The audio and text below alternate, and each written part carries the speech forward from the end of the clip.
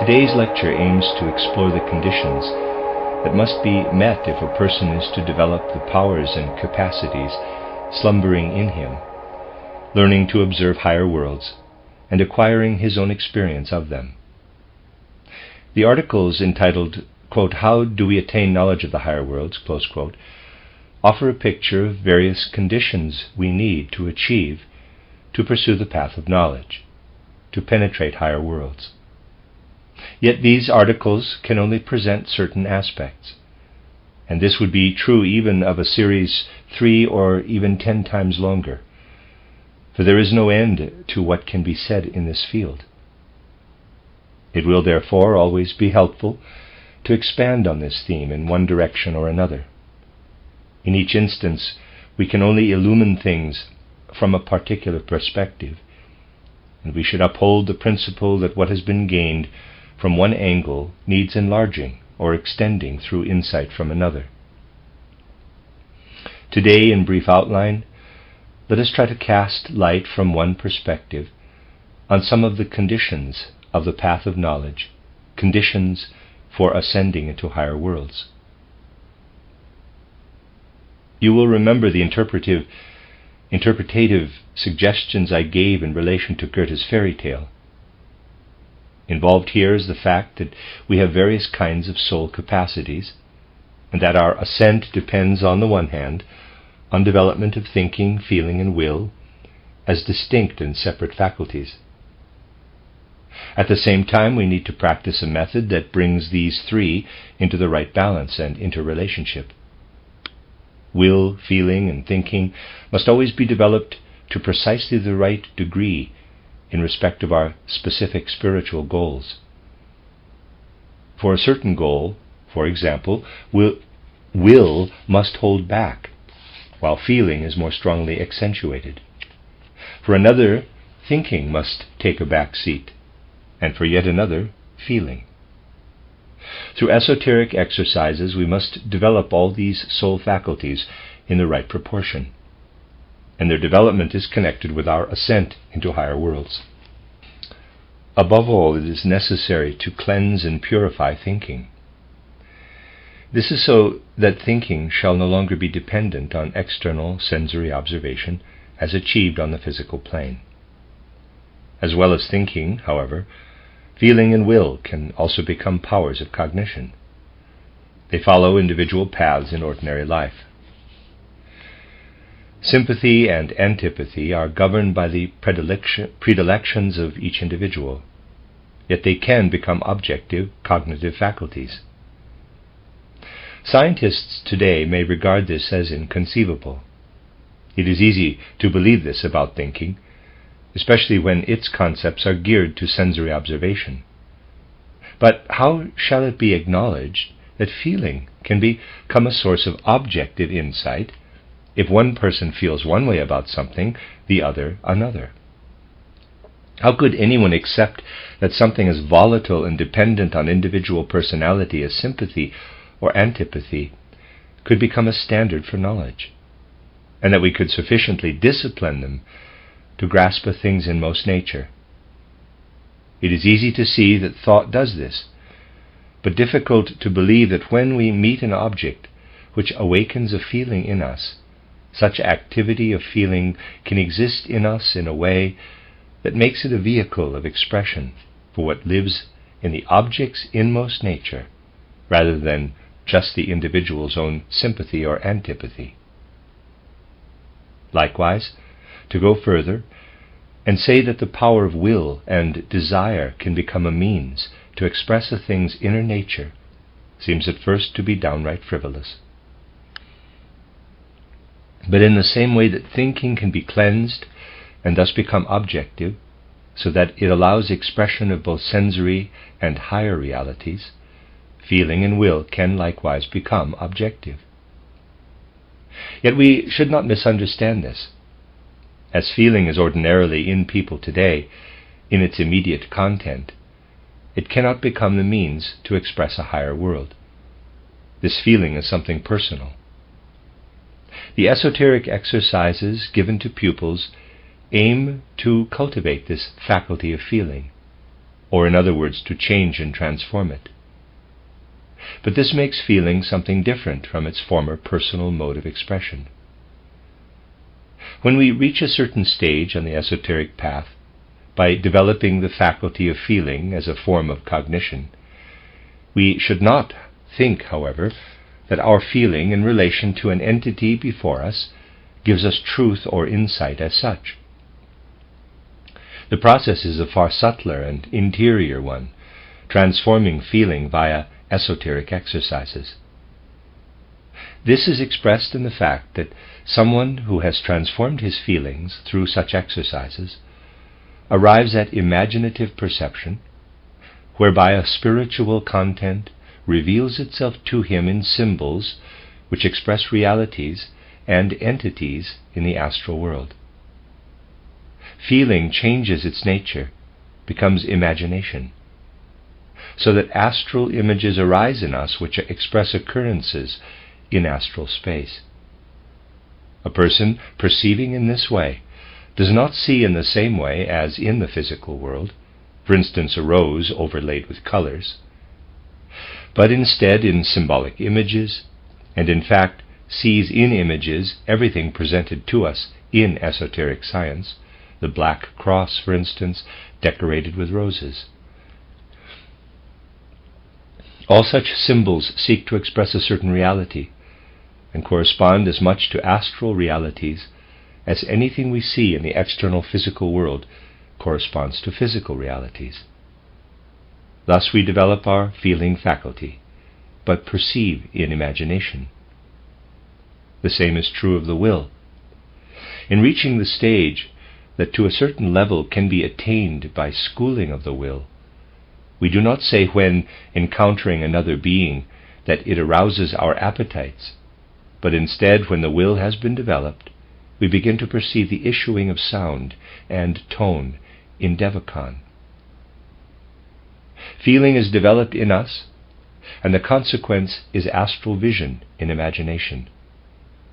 The will is developed in us, and this results in experiencing devachanic processes in the spiritual music, the harmony of the spheres, from which the inmost nature of things resounds. Just as we develop thinking and thereby attain objective thinking, the first stage, so the development of feeling, leads to the flowering of a new world at the level of imagination. And in the same way, we develop the will, whereby perception of the lower devachanic world arises in inspiration, and finally in intuition, the higher devachanic world opens up before us.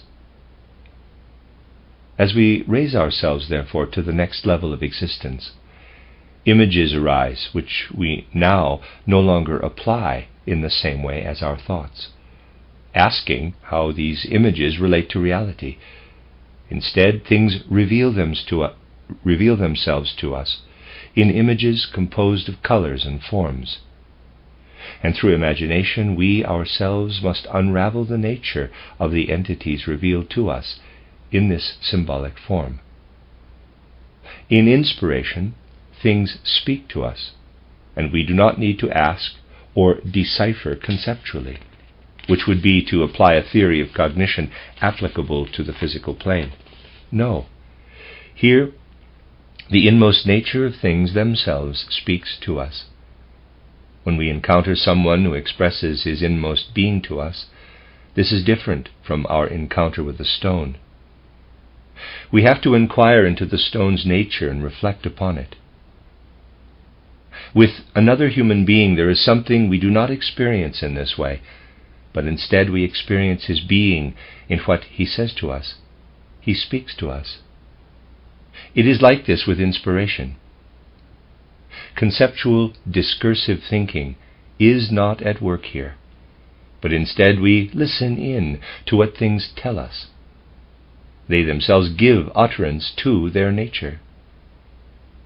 It would make no sense to wonder if, when someone dies and I meet him again in Devachan, I will know whom I am meeting, since the devachanic beings look different and cannot be compared with what exists on the physical plane. In Devachan, a being itself says what its nature is, like a person not only telling us his name, but also continually letting his essential nature stream toward us. This streams to us through the music of the spheres, and we cannot possibly fail to recognize it. Now, this gives us a certain reference point for answering a question. The diverse spiritual scientific accounts easily cause misunderstandings, and we get the idea that the physical, astral, and devachanic realms are spatially distinct from each other.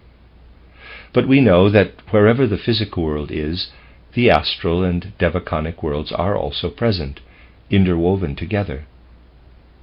Here we might think that this being so, we might not be able to distinguish these three worlds, as we do in physical space, where everything stands separately. If the realm beyond is interwoven with this realm, how do I distinguish the astral and devachanic worlds from each other? We distinguish them by virtue of the fact that when we rise from the astral to the devachanic plane, tones resonate through the entirety of image and color forms. What was previously spiritually luminous now begins to resound spiritually. There is also a difference in our experience of the higher worlds, so that someone who rises up into them can always tell whether he is in this or that world according to particular experiences he has there. Today I would like to characterize the differences in our experience of the astral and devachanic worlds. It is not only that we can perceive the astral world through imagination and the devachanic world through inspiration, but there are other experiences too that tell us which world we are in. One aspect of the astral world is the period we pass through immediately after death, called kamaloka in spiritual scientific literature. What does it mean to be in kamaloka? We have often attempted to describe the nature of this. Frequently I have cited the example of the gourmet ravenous for the experience that only his sense of taste can satisfy. His physical body has been cast off and left behind at death, and to a large degree the ether body likewise. But the astral body is still present. Thus the person remains in possession of the qualities and powers he had during life in the physical body, and these do not immediately alter after death, but do so only gradually. If a person has had a longing for tasty food, this longing remains, this appetite for enjoyment. But after death he lacks the instrument to satisfy this, since the physical body and its organs are no longer there. He must therefore forego this enjoyment, lusting for something he cannot have.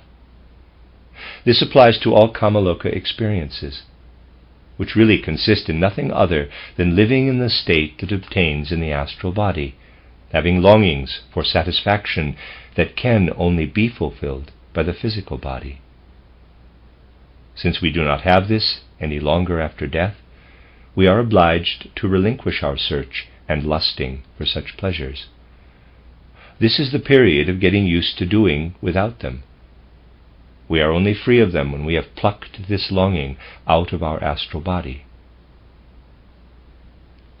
During this whole kamaloka period, what we can call privation lives in the astral body in the most diverse forms, shades, and nuances. This is the content of kamaloka. Just as we can differentiate light into red, yellow, green, or blue tones, we can likewise differentiate between the most diverse qualities of privation. And this is the quality characteristic of a person in kamaloka. The astral body is not only kamaloka, however, but is far more wide-reaching. No one who had lived only in the physical world and experienced its content could ever initially experience the other regions of the astral world, whether after death or by other means, without due preparation. Initially, the only way such a person can experience the astral world is through privation.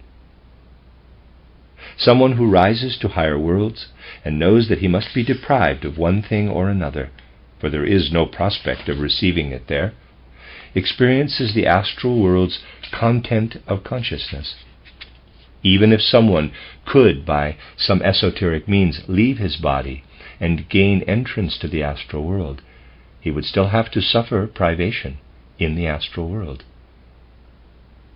So how do we develop ourselves so as to become familiar not only with the part of the astral world expressed in privations, the phase of enforced privation, but to experience it in the fullest sense, the part of it which really gives expression to this world in a good sense, in the best sense? By developing the opposite of privation, we can enter the other part of the astral world. Thus, methods that awaken powers in us that are the opposite of privation will take us into this other realm of the astral world. These powers must be given us. They are the powers of renunciation. As with privation, many different shades of renunciation are conceivable. The smallest renunciation we undertake takes us a step forward in the sense of developing ourselves upward toward the good aspect of the astral world. By renouncing even the smallest thing, we instill in ourselves something that contributes substantially to our experience of the good aspect of the astral world. This is why so much importance is placed in esoteric traditions on the pupil practicing renunciation by renouncing something or other for a while. By doing so, he finds admission to the good side of the astral world. What does such a practice achieve? Let us reflect for a moment on our experiences in Kamaloka. Imagine someone passes through death, or by some other means departs from his physical body, so that he lacks the physical instruments of the body and is deprived of all gratification. Privation immediately ensues, and this appears as a pictorial imagination in the astral world. For instance, a red pentagon or a red circle appears. This is nothing other than an image of what enters a person's field of vision, corresponding to the privation in the same way that an object on the physical plane corresponds to our mental picture of it. If a person has very low cravings, primitive desires, gruesome beasts approach him when he emerges from his body. These terrible creatures are the symbol of the lowest cravings. But if he has learned renunciation, then at the moment he leaves his body at death, or through initiation, the red circle vanishes because he imbues the red with the feeling of renunciation. It is transformed, and a green circle arises instead. Likewise, the animal or creature will vanish through powers of renunciation to be replaced by a noble form of the astral world. Through the powers of renunciation, we develop through abstinence. We must transform into its opposite what is first given us objectively as the red circle or the hideous animal. From unknown depths, renunciation conjures the true forms of the astral world. No one who wishes to elevate himself to the astral world in a real sense should believe, therefore, that this can be achieved without engaging the powers of his soul. Without this, he would only enter one part of the astral world. He must practice abstinence, relinquishing all imagination also. He who abstains, renounces, and this is what conjures forth the true form of the astral world. In Devachan, one has inspiration. Here, too, an inner distinction exists between its different parts, which we cannot experience passively after death. Less dire things obtain in Devachan due to a certain set of circumstances in the universe. The astral world contains the terrible Kamaloka, but Devachan does not yet have this. This will only come about in the Jupiter and Venus planetary stages, when use of black magic and such like will likewise have brought it into a state of decadence. Then, of course, similar things will develop in Devachan, as we find today in the astral world. In Devachan, at the present cycle of evolution, conditions are somewhat different. What first confronts us when we ascend on the path of knowledge from the astral world to Devachan, or when we are led upward on the ordinary path that all of us take at death, what do we experience in Devachan? We experience bliss. What differentiates into tones from nuances of color is certainly bliss. At the current stage of evolution, everything in Devachan actively produces and spiritually hears and attunes to knowledge. And here all producing, all hearing of the harmony of the spheres is bliss. In Devachan we will feel pure bliss, and nothing but bliss. When we are taken upward through spiritual knowledge by the leaders of human evolution, the masters of wisdom and of the harmony of feelings, or as an ordinary person after death, we will always experience bliss in that realm. This is what the initiate will inevitably experience when he has reached this stage on the path of knowledge. But it lies in the nature of the world's progress that it is not sufficient to stop at mere bliss, thus only intensifying the most refined kind of spiritual egotism. The human individuality would then merely continue to absorb the warmth of bliss, but the world itself would not progress. If this happened, beings would develop who grew hard within their souls. The salvation and progress of the world, therefore, requires someone who enters Devachan not only to acquire the potential to experience all shades of bliss in the music of the spheres, but also to develop feelings in himself of the opposite of bliss. Just as privation contrasts with renunciation, so the feeling of sacrifice balances bliss. A sacrifice where one is prepared to pour out what one receives as bliss and let it flow forth into the world. The sense of self-sacrifice was what those divine spirits we call thrones possessed when they began to play their part in creation. In pouring out their own substance on Saturn, they sacrificed themselves for developing humanity. The matter that exists today is the same that they let stream out on Saturn. And the spirits of wisdom likewise sacrificed themselves on ancient Sun. These divine spirits ascended into higher worlds, not only passively receiving the experience of bliss, but in their passage through Devachan, learning to sacrifice themselves. They did not grow poorer through this sacrifice, but richer. Only a being living entirely in matter believes that he will fade away by sacrificing himself. No, ever higher, richer development is connected with self-sacrifice in the service of universal evolution. We see, therefore, that a person ascends to imagination and inspiration and enters the sphere where his whole being is permeated with ever new subtleties of bliss, where, you can say, he experiences everything that surrounds him, not only as speaking to him, but as an imbibing of the spiritual tones of bliss. Ascent to higher faculties of cognition involves transformation of all the feelings we have.